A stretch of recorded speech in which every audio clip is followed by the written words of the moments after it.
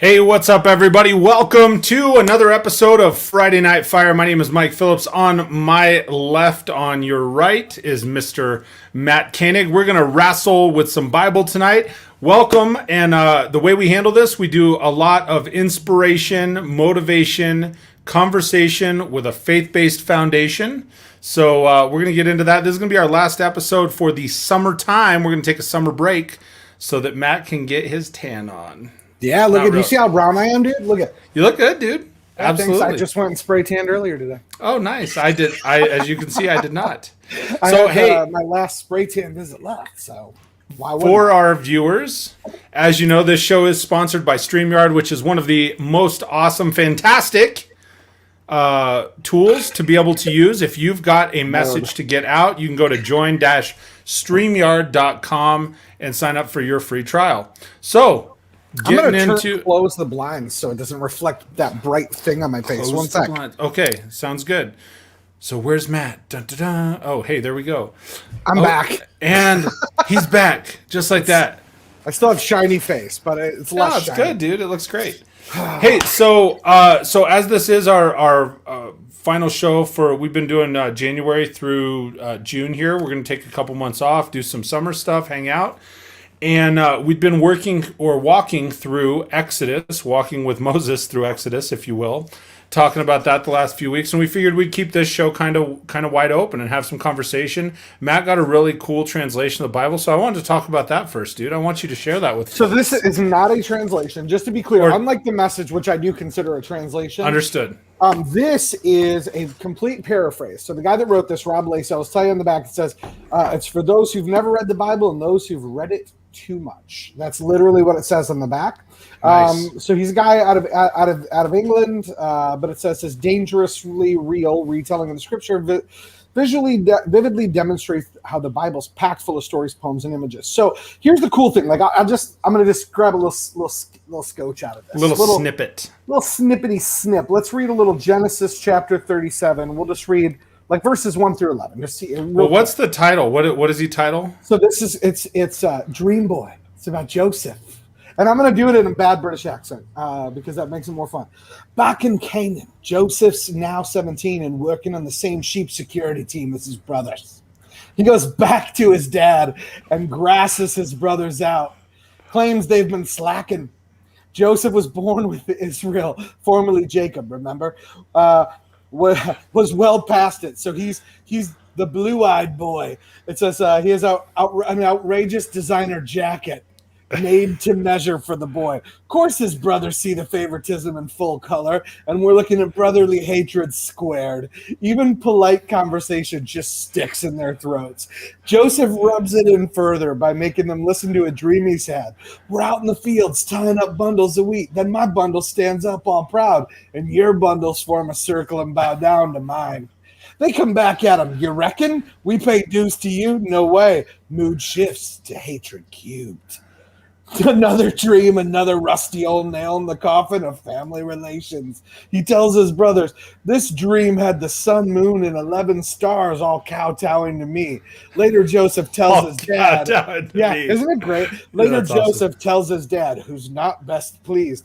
What? Your own mother and father? Your own brothers? Tugging your forelocks and twiddling our caps nervously in front of you? I don't think so. The brothers' hatred is off the graph by now. But Dad mulls it all over in his gray matter. This is like so cool. Dude, what's funny is like way back at the beginning, in case anybody missed it, we should just read from this week to week. It was on sheep security detail. Didn't it say sheep security detail? Yeah, sheep security. And then the next one's called Joseph Mugged, right? Before what happens. Oh my gosh. But it's just, it's a fun, complete paraphrase, right? But just a super fun. And the way he worded stuff, like Paul's, like after Acts, it says Paul's work, sent items box.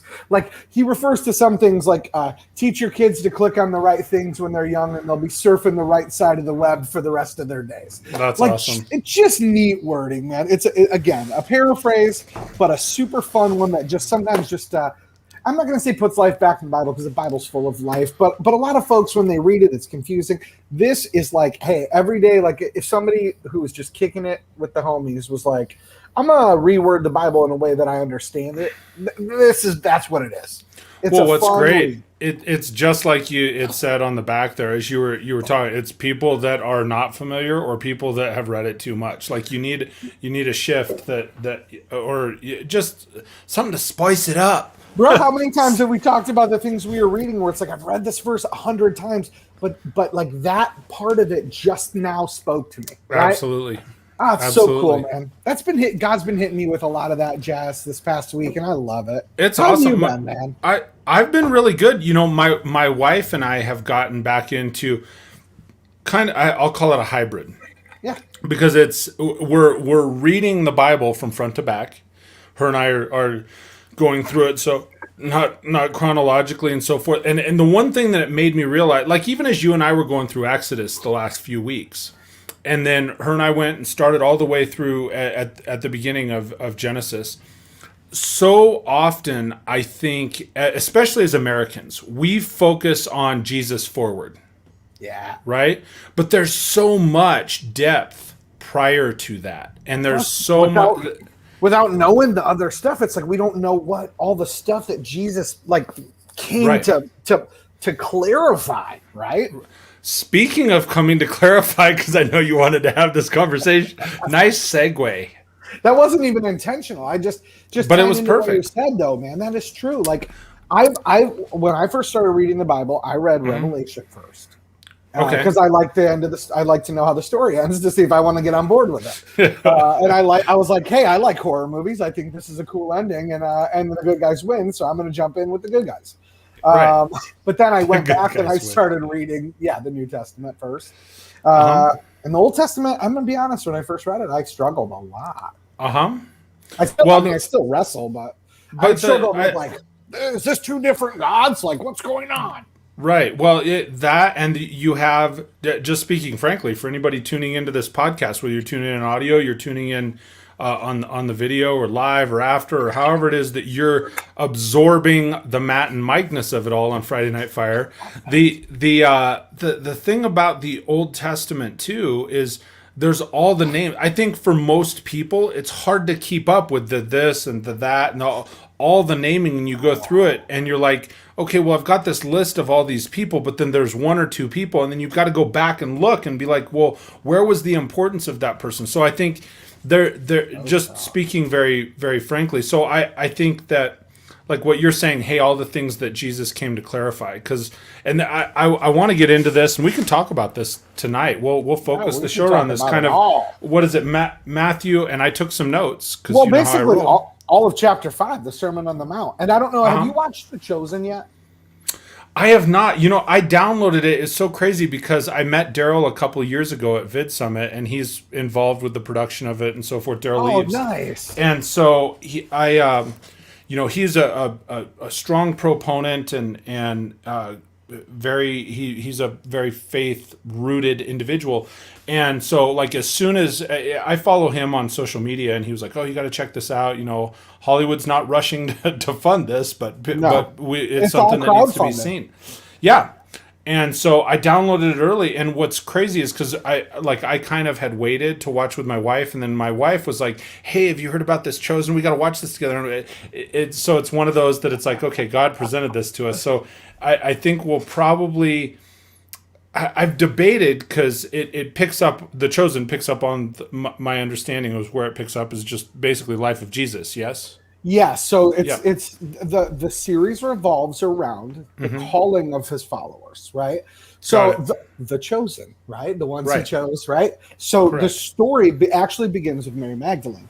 Okay. But it is a very beautiful, and Dallas, the producer, the director guy, like he like people have been like lambasted. They didn't like episode 5. Spoiler alert here a little bit. It shows a scene where Jesus is practicing the Sermon on the Mount.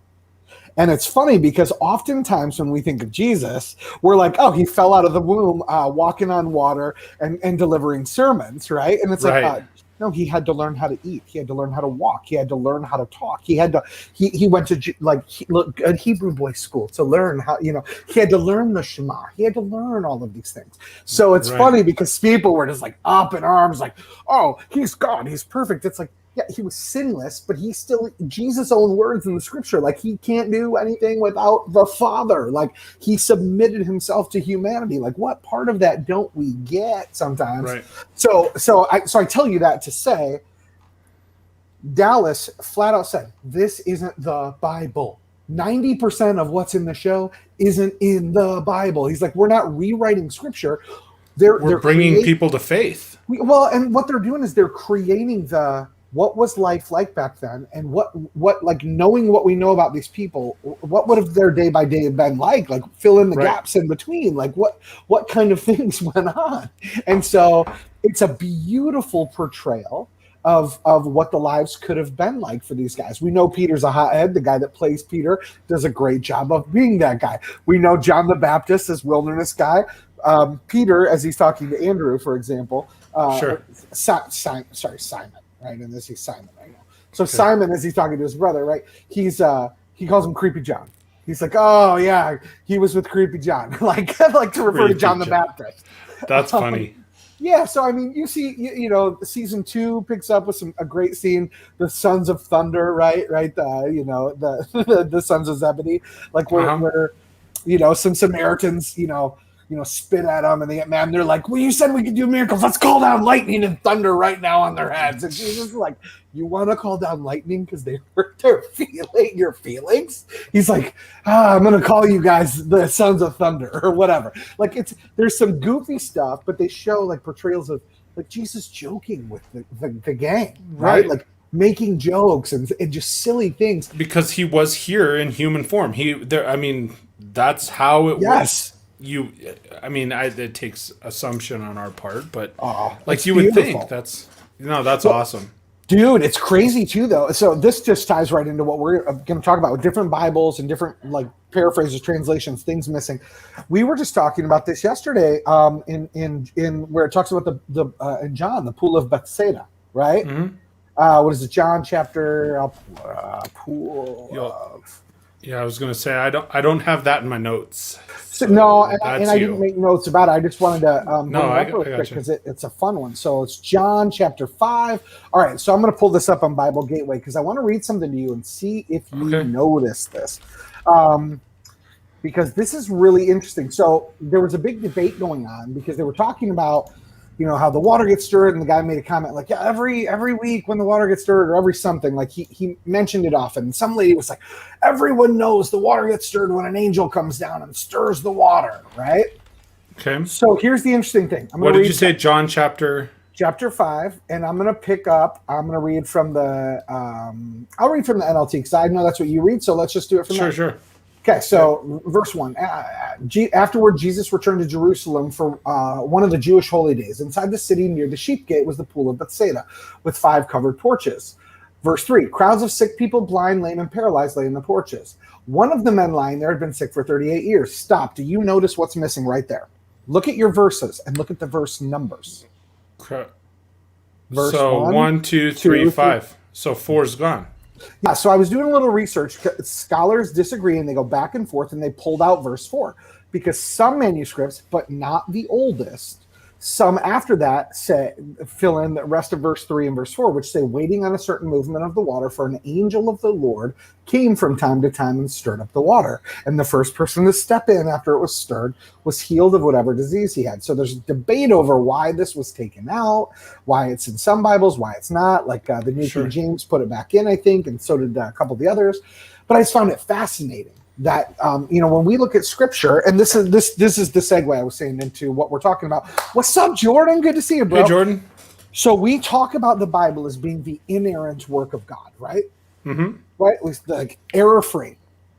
Yet to this day, we have scholars that go back and older manuscripts surface and things like that, and then they go, oh, this wasn't in. Like we see it in the end of Mark chapter 16, right? Verses 9 through. Those were not written by Mark. And every intelligent scholar now will agree they were added hundreds of years later by a scribe. None of the words in there are and the reason that John was pulled out, one of the things that I read, the verse 4, the end of verse 3, verse 4, was because every single word used in that section, John never used any of those words. Like those actual words. He never used any of them. So they were like, this isn't John's writing. Like he never used any of these words throughout any of his writing. In 1st, 2nd, 3rd John, in the book of John, he never even used the words that were used there. So there's no possible way he could have written it, is what a lot of scholars say, right? So it's very, very, very, very, very interesting. So Furtick did a deal before about like how sometimes we don't get details in the story because sometimes God leaves things out.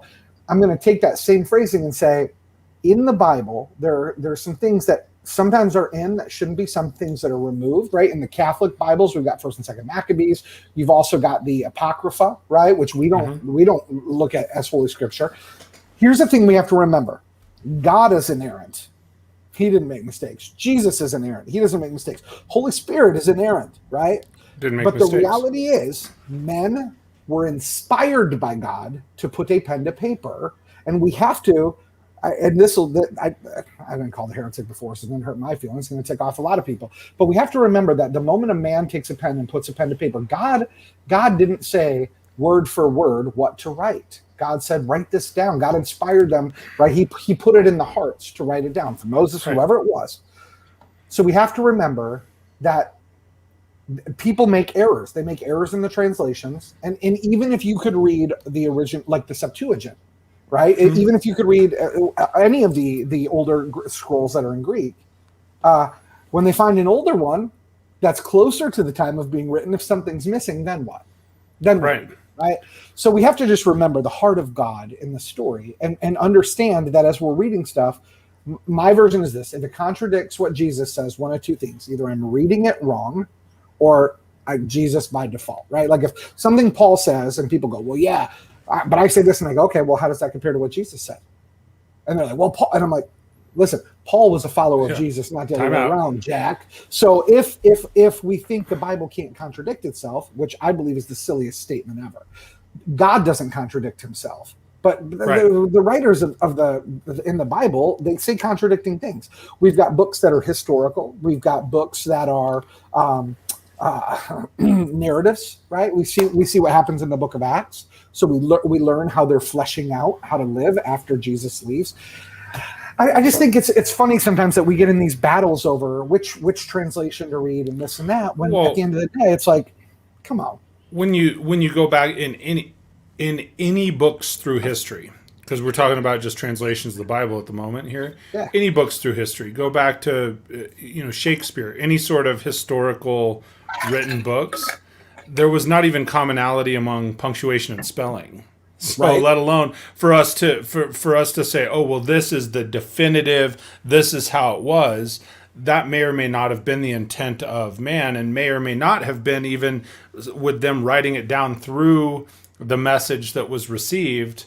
That all of those things, there was no uniformity. It wasn't until much later that they I think people forget we're so accustomed to spell check.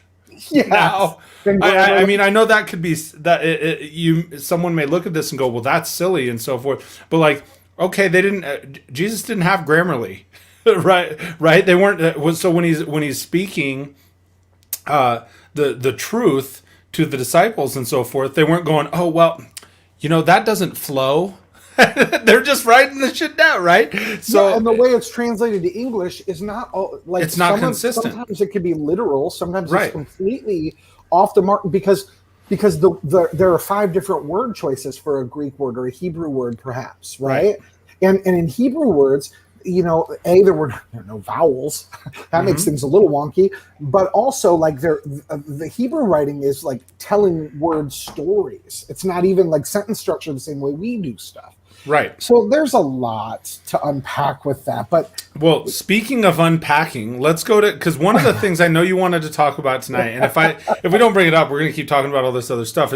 And we said this earlier, but in Matthew 5, because we were talking about kind of coming to the end of as we're headed towards the end of this season, we'll call it kind of season 2. Yeah. Because we've been doing this for a while now, man. Yeah.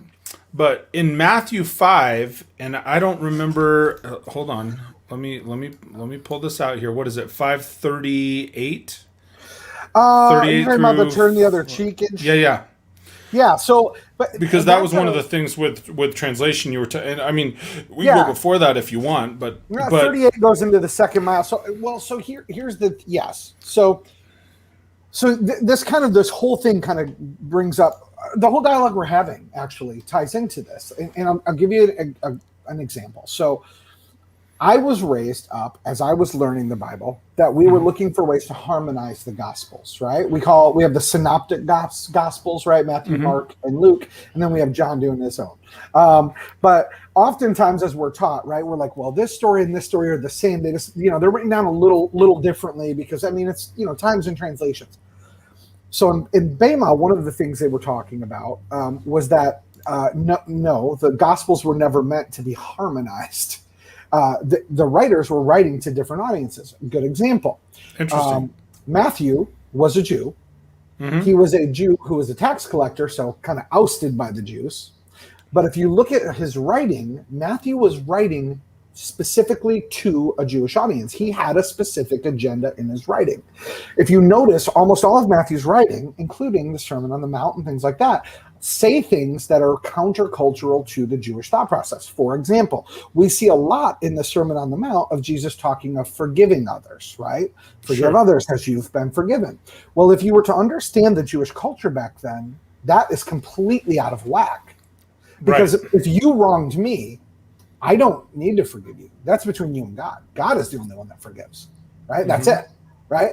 So, as Matthew was writing to the Jewish audience, he's showing them like, look, God's inviting you to be part of this forgiveness. God's inviting you to also be like God in forgiving people, just as He's forgiving. Like this was a huge, like different than his audience.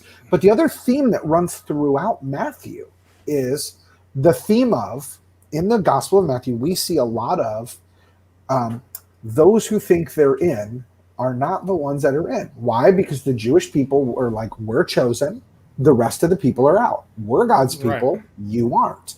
Matthew would know something about that. He would be considered what was called a mumser, which is like a bastard child, right? Because he was a Jew who was, kind of removed because of his job. So the way the Jewish people looked at the Gentiles, we were like, we're mumsers, like we're the bastards, right? And Matthew, his gospel is writing to them to say, look, God wants these people part of it too. But if you move into the book of Mark, Mark's gospel is written to the Romans, the Greeks. Mark's gospel is written in the same way that would line up with their Hellenistic beliefs of like important things like healthcare and sports. So he positions and battle. So he positions Jesus as kind of this guy, this like tough, and he's this guy, and it's a fast-paced writing the same way their plays would operate. Talking about like, he did all the different ways Mark writes is written to be read by more of a Western mind.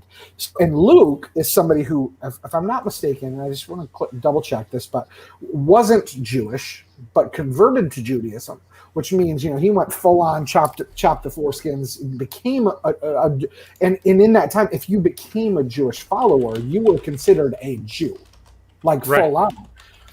So that's a whole different thing. So the Gospels were never meant to be harmonized. Each one of the Gospel writers had a specific agenda a message they wanted to communicate through their writing.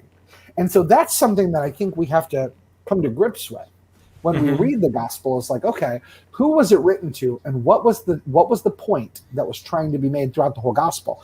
And that'll bring us to, where dun. So Matthew 5:38, and I'm in the CSB here, right? So you've heard it said, an eye for an eye and a tooth for a tooth. But I tell you, don't resist an evildoer. On the contrary, and this is what got me all week. I bet. On the contrary, if anyone slaps you on your right cheek, turn the other to him also. Okay, let's stop right there. What stands out in that sentence? If anyone slaps you on your right cheek. Well, this is one of the, and I know where you're going with this, so not to dun. No, if you do, go. But that's the thing. So if they're going to slap you on the right cheek, there's two things that are going to happen. One, you're either going to slap them left-handed, which for the time, like, because if I'm facing you, if I'm going to reach out and I'm going to slap you on the right cheek, I'm either going to, and I'm just going to bring it to modern terms. I'm either going to slap you with my left hand or I'm giving you a pimp slap. Okay, but you left out what the left hand. Why would you never interact with someone with your left hand back in those times? Why? Well, that's the wiping hand, dude. Yeah, back in the day, it's your right? poop hand, bro. It's the poop hand. Yeah. So here's the thing. So that statement. So here's what makes this so profound. And I literally learned it this week. But here's one of the two things. But before you go, reread the scripture. Okay. So here's the interesting thing. Okay. So you've heard it said, eye for an eye and a tooth for a tooth. But I tell you, don't resist an evildoer. On the contrary, if anyone slaps you on your right cheek, turn the other to him also. Okay. So here's two things. I'm going to be devil's advocate on this. Okay. One, they either slapped you with the left hand, which is not likely. Because right hand's dominant hand, left hand is the poop hand, and so forth. Or they pimp slap you. What happens in a pimp slap? If you're going to pimp slap somebody, it is straight up saying you're less than me. Either hand, either method. If I come across this way, you're less than me. If I come across this way, you're way less than me. Yeah, you're way less than me. So that's one of the things when I was looking this. When I was researching this specifically, and he's talking about Christ's teaching on the matter, in Christ's influence in changing mankind, modern readers often see an eye for an eye as vicious or harsh, but the reason that God gave the law to prevent escalation, including excessive punishment for crimes. So it's coming across, and he's going, it's saying you're less than me. It's like you're a slave. I'm going to come down on you. So the reason that he's saying it is, well, turn the other cheek. So it's almost like, okay, bring it. So yeah, at least bring me up to the same level. So so there's twofold things going on here, right? So one, you hit it on the head, bro. Like, to say if someone slaps you in your right hand. So to say if someone disrespects you. If someone is disrespecting you like this, right? First it says, don't resist an evildoer. Basically, he's saying, don't fight them, right? This whole thing is talking about when injustice is committed against you. And it'll go on in the next verses and it'll make even more sense. When injustice is committed against you, don't fight back. Because if you do, you could give someone else who comes, maybe someone just comes in and they see what's happening. For example, someone comes in and sees this. They might think you are also an evildoer. You are also doing, they can't tell the difference between the right and wrong. But if everyone knows to slap someone either A with that or like this is a sign of saying complete disrespect. I am berating you, right? So he's saying, don't fight them on it. You know what? Look them in the eye and say, if you want to just straight, like this is basically going, look, if you've been told if somebody does this, you get this back. Like you said, one, it's to stop the escalation, but two, what Jesus is showing here is this: you have a choice. Just because you can take an eye for an eye does not mean you should. Instead, when someone commits a crime, an injustice against you, the better response is to show the world that you are being treated unjustly by not fighting back. And that's a big deal. Well, it eliminates the escalation. And one of the notes that I have here from when I was doing the Bible reference research is because human nature, we look at it and people will use that verse to say, well, I got hit, so I got to hit him back +1. Yeah. It's +1. Oh, dude, human nature is, I have to win. Right, I have to win this fight, but the first thing that stands out is Jesus over and over shows up, and his crucifixion was a good example, right? Of going, everybody goes, well, I have the right to protect, and you do, and the Bible doesn't say you don't have the right to. Jesus was calling us to something so radical. As he is sharing this, he's going, you've heard it said, you can get back what's taken from you, but I'm telling you, don't even fight it. Let the injustice be seen by the world. Let it be seen. Because who's the judge, right? Who knows what's happening? God. But this is why it goes even further. And this is the one, too, that just is mind-blowing to me. Like it's mind-blowingly beautiful to try and get to the point of being able to live this way. Yeah, I have a tough time getting to that point, even myself. I know where you're headed. Oh, dude, do me a favor. Read verse 40 through 42. Okay. Oh no, sorry. Let me. Read verse 40. Just verse 40 first. Okay, so just verse 40. If you're sued in court and your shirt is taken from, no, this is New Living Translation. Yep. If you're sued in court and your shirt is taken from you, give your coat too. So the interesting thing is the original translation, like when this is put in English, it's actually flipped backwards. And what it's saying is someone, sues you for your cloak, give them your whatever the shirt's called underneath. Right. So think of it this way: if someone is suing you in court, and what they're suing you for is this, Literally the what does shirt it off mean? your back. You have nothing else. You're broke, dude. Right? So if they take your cloak, your coat, that's actually what comes first in how this is written. All that's left is your undergarments, right? So this is huge. He's like, look, if somebody is just trying to get you so bad that they want to take the coat from your back and leave you in your undergarment, you know what? Strip naked and give them everything else. Stand naked before the court and let the world see the injustice that's been done to you. Absolutely. Like, this is crazy talk. Like, this is shenanigans. In our culture today, I see so many of my Christian friends, I hear pastors talking about how we've got to stand up. We've got to stand up and we've got to raise our voice, and because truth does matter. But you know the best way to show the truth? By letting the injustice be seen for what it is and not doing anything that could make somebody go, yeah, but you. Like, if you come take from me and I go, listen, you know what? Here, take this too. What can anyone else say? All they can say is, dude, why'd you give him your shirt? I go, you know why? Because he's the one committing an injustice. And if I fight back and I kill him, I hurt him, I beat him, then there's confusion over who did what worse. Who's the worst guy? There's no confusion if you just go, oh, you're gonna take the next to the last thing I have. Just take it all, and that.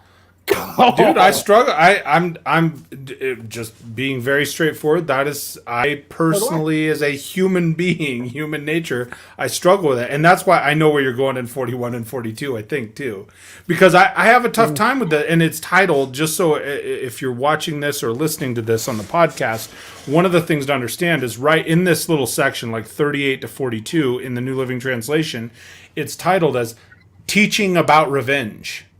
Right, so Jesus is teaching about revenge. That they put in the translations to tell us, here's the theme of what's happening. And sometimes they get it right, and sometimes they don't. So 41 and 42, and we'll probably kind of close out on this one for the night. Well, I mean, we can maybe go to the end because there's only a few more pieces. But where it says 41, if a soldier demands you carry his gear for a mile, carry it 2 miles. Give to those who ask, and don't turn away from those who want to borrow. So the history, interestingly, and I did not know this. You know the history with the Roman soldiers and so forth. You do because you're educated. So in 41, where it says, if a soldier demands you carry his gear for a mile, carry it 2 miles. So the Roman law, I believe, and you can correct me if I'm incorrect. Matt knows this stuff better than I do. But the Roman law was, as a Roman soldier, they could stop and demand that somebody carry their gear for them, right? But it was either maximum mile or less, right? Isn't that the deal? It was a mile. Okay. So they could stop and they could ask anybody on the street, carry it for a mile. So the interesting twist here, it's like the tongue-in-cheek from Jesus, right? Yep. He's like, okay, the Roman law says carry it a mile, carry it 2. Watch this. And the reason it's tongue-in-cheek is because then it calls into question a couple of things. One, it calls into question the Roman law, right? Like, well, because at that mile point, at that point, then the soldier has to be like, well, crap, no, give me my stuff.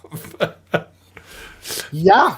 So this is an interesting thing, and this I love this. So you hit it on the head. There's 2 things that happen there, and this breaks kind of bondage, but it also holds to account the oppressor. Again, this whole thing is, we talk about handling revenge, but really this whole section is about how we handle injustice. And so in that Roman law, and I forget the name of the law, and I was just listening to this, so I'm trying to find it as we're talking. But in this Roman law, they could make you carry it for a mile. But here's the thing: there are two things taking place here. One, if you're told you have to carry it for a mile, right? You're and you don't want to, you're being a slave, right? So that's number one. Right. So by choosing to carry it too, you're stepping out of the bondage of slavery and you're choosing to serve someone, right? So one thing that's happening there is to go, no, I'm not a slave to you. I want to carry this. I'm going to carry it too. I'm going to carry it an extra. But the other thing, and this is what I love because you hit it right on the head. If they started carrying it more than a mile, that soldier wasn't allowed to have you do that. Right. So now the soldier's like, dude, you're going to get me in trouble here. You need to give me back my stuff. So this is an interesting thing because, again, Jesus is saying when an injustice is carried out against you, go above and beyond to get, like, you want to take this from me? Here, have it all. Like, have it all. Because then, again, the world sees the injustice. And this is the hard part, man. I agree with you. I have the hardest time with these verses because I'm like, why would I carry it when I could just drop kick you off your horse and take your horse? Right. Like my human mind goes, no, I don't want to do that for you. But Jesus didn't ever say, hey, I'm going to call you guys to do stuff that's so cool and easy. You're going to love it. Right. He flat out said, this is a different way to live. This is going to suck. This might suck. But the interesting part too, though, Mike, is he says, my yoke is easy and my burden is light. So he never said we won't have a burden, but he's saying even these things he's telling us are going to be easier to carry than the way we keep choosing to live life. And if you think about it, dude, you said the word escalation earlier. Remember in high school, you get in a fight with somebody. If you happen to win, what happens? They get somebody else, come back, and then they beat you up. What do? You get two people. You go back. It never stops. And inevitably, even before it goes to that point, if you're the quote-unquote winner, you were always the one in trouble. Oh, Right. guaranteed. Guaranteed. You were the one in trouble because you were the winner. You came out on top. They figured you were the bad guy. And I mean, Spot on, I know even as my kids, you know, I have two boys as they were growing up. When I was preaching an eye for an eye, it was not about that. Hey, it's to be equal so that it doesn't escalate. It was like an eye for an eye. Right. Exactly. And so I want to read this. There's about a paragraph here that I've noted from BibleRef.com about this verse, about 541. And this is kind of the tail end where we're talking about, and there is dispute. It says there's dispute with whether you walk 1 mile, then you walk another mile to be 2, or is it saying another 2 miles to be 3? It's almost like over the top, right? Another 2 miles to be 3.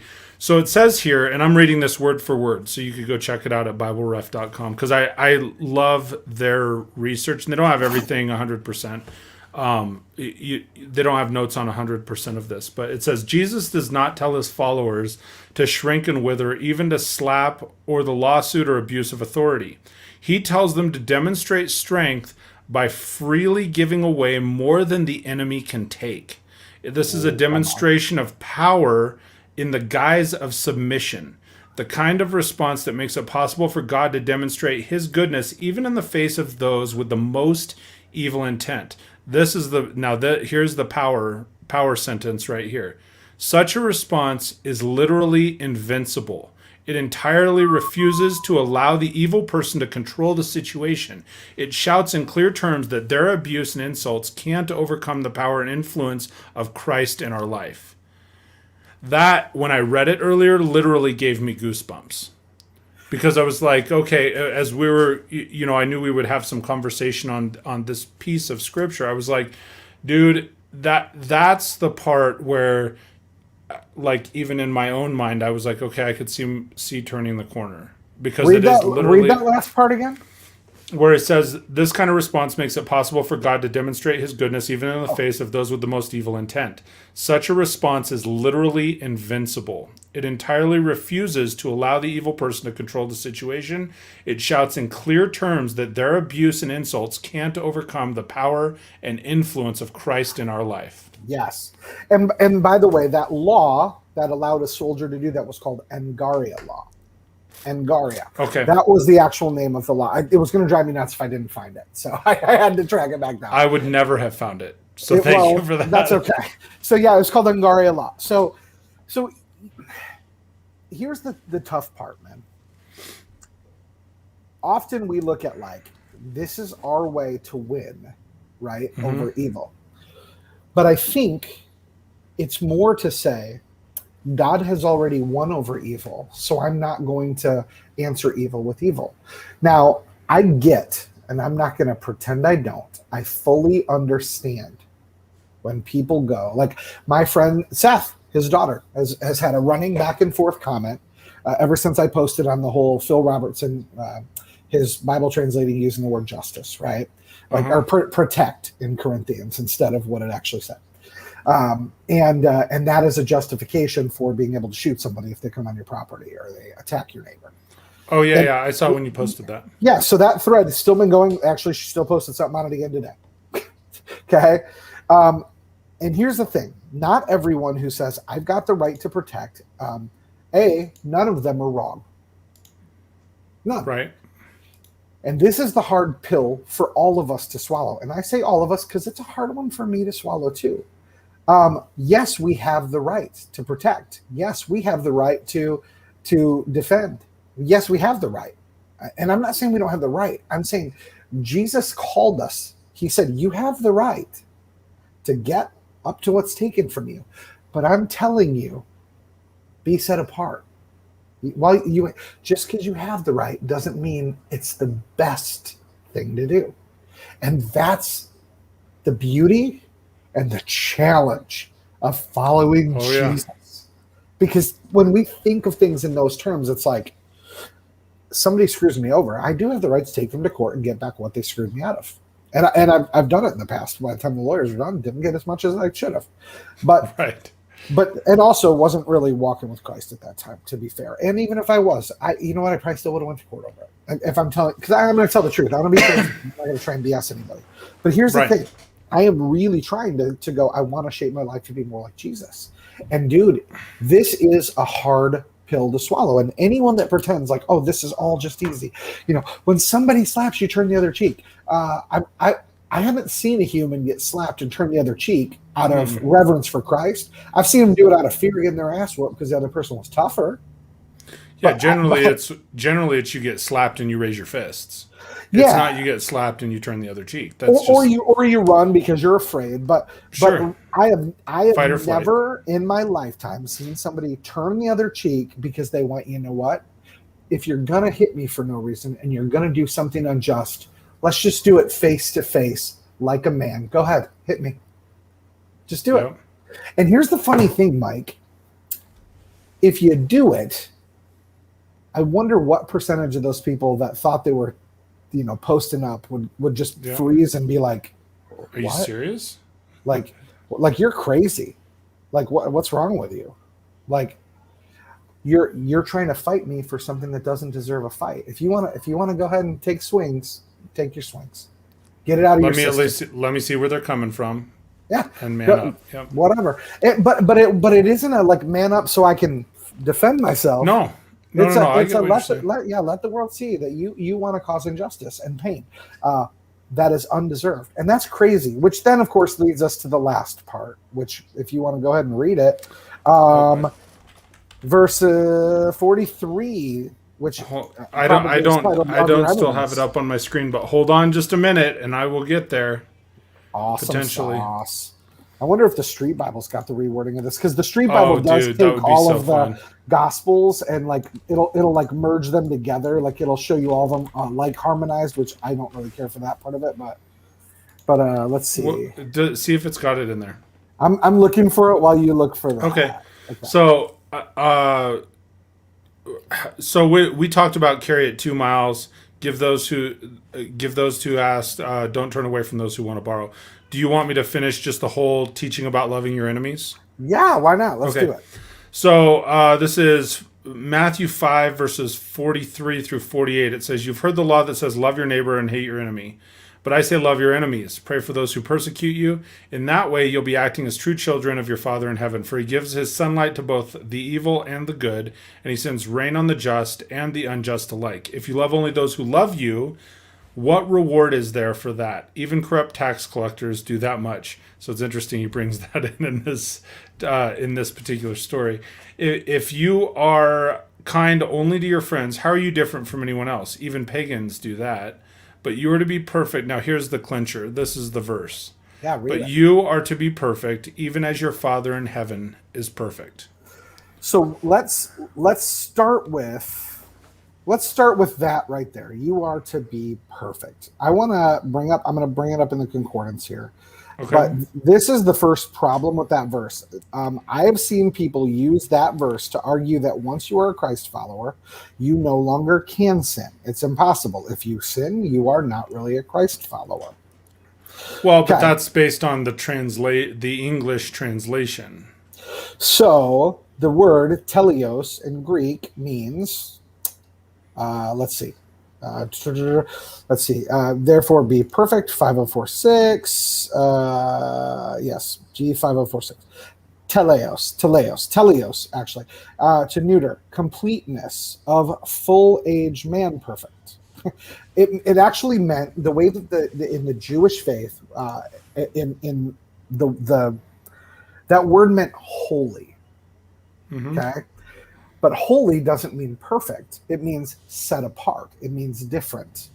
So Right. as we read Jesus telling us to do all these different things first, it says, you've heard it said, love your neighbor. Jesus is actually referencing Leviticus, right? Like he's going back and saying, he's referencing Leviticus 19, verse, oh, golly gosh, 1 second. Leviticus 19, you've heard it said, love your neighbor. Leviticus 19:18, which says this, do not seek revenge or bear a grudge against a fellow Israelite, but love your neighbor as yourself. I am the Lord. Okay, so first things first, I love how all the translations say, you've heard it said, love your neighbor and hate your enemy. Jesus was speaking to the unwritten rule that people thought, right? I only have to love the fellow Israelite. I only have to love the person who aligns with me, right? So obviously everything in Matthew 5 is talking about heart change, all of it. When he says, you've heard it said about adultery, but I tell you, when I was in like a youth pastor, and when I came to my faith, I was taught back then, okay, that Jesus like leveled up stuff, right? Like what Jesus said, you heard it said, he was saying, you think it this way, but I'm taking it one step further, right? You've heard, don't bang your neighbor's wife, but I'm telling you, if you even look at her with a lustful eye, you're going to hell. It's not what Jesus was saying at all. What Jesus was saying, Jesus level 5. Yeah, right, boss level. No, what Jesus was saying here was, listen, all along, this has been a heart issue. These physical things don't take place unless there's something going on in here in the first place. You've heard it said, don't commit adultery. I'm telling you, don't even look at her with lust, because that's what leads you to the adultery. You've heard it said, love your neighbor and hate your enemy. But I'm telling you, like Jesus is saying, guys, this whole thing is a heart issue, right? And he's, as he wraps the Sermon on the Mount, as he goes into this, and he says, but I tell you, love your enemies and pray for those who persecute you. Jesus did that on the cross. Like we saw him on the cross. Well, we didn't with our eyes, but right, we know on the cross, he's like, forgive them. They don't know what they're doing. He exampled what he taught in perfection in a way that you and I won't or can't, right? We could try. We could do everything within our power. But Jesus didn't just talk the talk, he walked it. And he can't make it any more clear. If you love those who love you, what reward do you have? He's not saying you don't get a reward. He's saying, look, what reward do you have? They're going to love you back, right? You're getting your reward right there. Mm-hmm. But he's saying, like, don't even the tax collectors get that? If a tax collector loves another tax collector, they get loved back. They're getting a reward. They're getting that love in return. He's like, if you greet your brothers and sisters, what are you doing out of the ordinary? Even the Gentiles. So now, as Matthew's writing to this Jewish audience, he's saying, even the people that you think are dogs are doing what you're doing. What you're doing is nothing special. Everyone you hate is capable of doing what you're doing. So then what? So like the English translation say, be perfect. But it's like, listen, be set apart. Be different. Be and holy. And if people struggle with hearing that, let me just kind of tie it into this. What did Jesus say? How did he say people will know that we're his followers? By our what? By our love. Like they'll know you're with me by your love for one another. Right. And Jesus is speaking to everyone, not just the Jews. Right. So you want people to know you're a follower of mine. Show them through the way you love your brothers and sisters. Show them through the way you love people. So I just think it's so profound that when we read this, we see Jesus going, look, I'm going to give you some direction here that does not make sense to what you've been taught your whole entire life. And this, yes, we can say the same thing to us now, but understanding that this was written to a Jewish audience who used the law as the justification for every action they took. Right. And he said, your whole life you've been taught this, but I'm telling you, we got a heart issue we got to work on. And if you do this, if you make this change, you'll see what it really means to be a child of God. And that to me is like, whoa. Like, to experience what it's like to be God's child means I have to radically love, not fight back, and show the world the injustice that's going on. And for those that are fighting to get justice right now, it's like, how's the best way you show injustice? By not fighting. You go burn a target down. Now you become a criminal too. Right? Yep. You go, and people see that it's just like we were talking the schoolyard fight. What always gets persecuted? Who always gets the, oh, hey, I'm the winner, but you're the bad guy in the law's eyes, right? In the principal's eyes, and in the onlooker's eyes. I love the comment by Sede Vacante. I love playing pick a verse like Matthew 16:18. There was no Protestant church. Let me just kind of clarify something for you to help you maybe understand the faith that you have, which is that the word Catholic means universal. It didn't mean a separate group of people that are in and you're out. So maybe do a little research before you start playing pick a verse on the show. And normally I'm a little like less direct than that, but I know we're wrapping the show, and it's frustrating to me because here's what I'm going to say: comments like that are sniping at other believers. It's like, okay, well, that was just the complete opposite. Like, A, you're taking a verse out of context, and B, it doesn't matter. But C, Christians, we are guilty of the same crap that Jesus was saying to the Jews. The Christian nationalism right now, the fight for America, fight for your guns, fight for your this. If we want the world to see the injustice of what's going on in our government, you know what we do? We go like this. Like right now, when we look at third world socialist countries like Venezuela, we're using them as a great example of injustice, right? Mm-hmm. Because everything's been taken away from the people, right? Right. And the world agrees that is injustice, right? Correct. So here we are being crybabies in America. Nothing, it hasn't been taken. So now what we do when we as Christians stand up and yell and scream and jump up and down about all the mean things that they're trying to do, they're trying to do them. Until they've been done, then we can't claim that the injustice has happened. And here's the thing: I get the desire to fight it, but Jesus is trying to help us understand there's something bigger going on here. And guess what? If you want the world to see the injustice, then just say to the world, look at the injustice. Look what they've taken. Look what they're taking.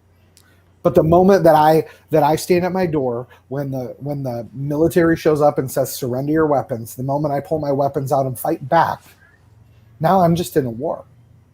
How is that just? But if I surrender everything and go, what else? Do you want anything else? We got a 55-inch TV. You want to take that? Yeah. You want my iPad? You want my Mac to? Want water to go? You want me to make you some dinner? Then the world goes, what is going on? What? And even those people coming to take would look how many times the jails broke open and Paul could have left and didn't. And what happened that night? The jailer and his whole family were baptized. That's what happens when we fight injustice with love and peace. That's the message of Jesus. That's a strong close for tonight, bro. And with that, you're amazing, my friend, and I will miss the summer. You are too. I will miss these nights in the summer. Well, there will be other great things going on in the nights in the summer, and then we want you to join Matt and I on our YouTube channels, coming back in probably August, September timeframe. Yeah, buddy, and go to Amazon.com and pick up Now I See, Looking for Jesus and Christianity.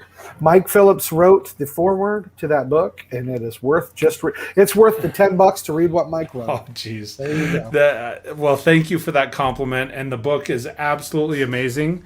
And, oh, man, my wrist hurts too. Now I see. Oh, I can see the crease from you opening the book and reading it. Yeah, I did. Well, what's funny is you were... So, just so everybody understands this, I read it a couple of times beforehand, and then I ordered it, and I showed it. When I showed it, I was like, "Oh my gosh, yeah, we got this!" And Matt goes, "Oh, dude, I can't wait for you to read it." And I was like, Well, I read yeah, it a facts. You couple already read times. it before writing the Facts, foreword. but it's an amazing book. So definitely pick it up. That's a And great with that, book. guys and gals, we look forward to seeing you back here after the summertime. Have a great and amazing summer. Spread the word, share your faith, make an impact on people, and God bless you all. We'll see you back here in a couple months. Love you, bro. Peace. Love you too, man. See you soon.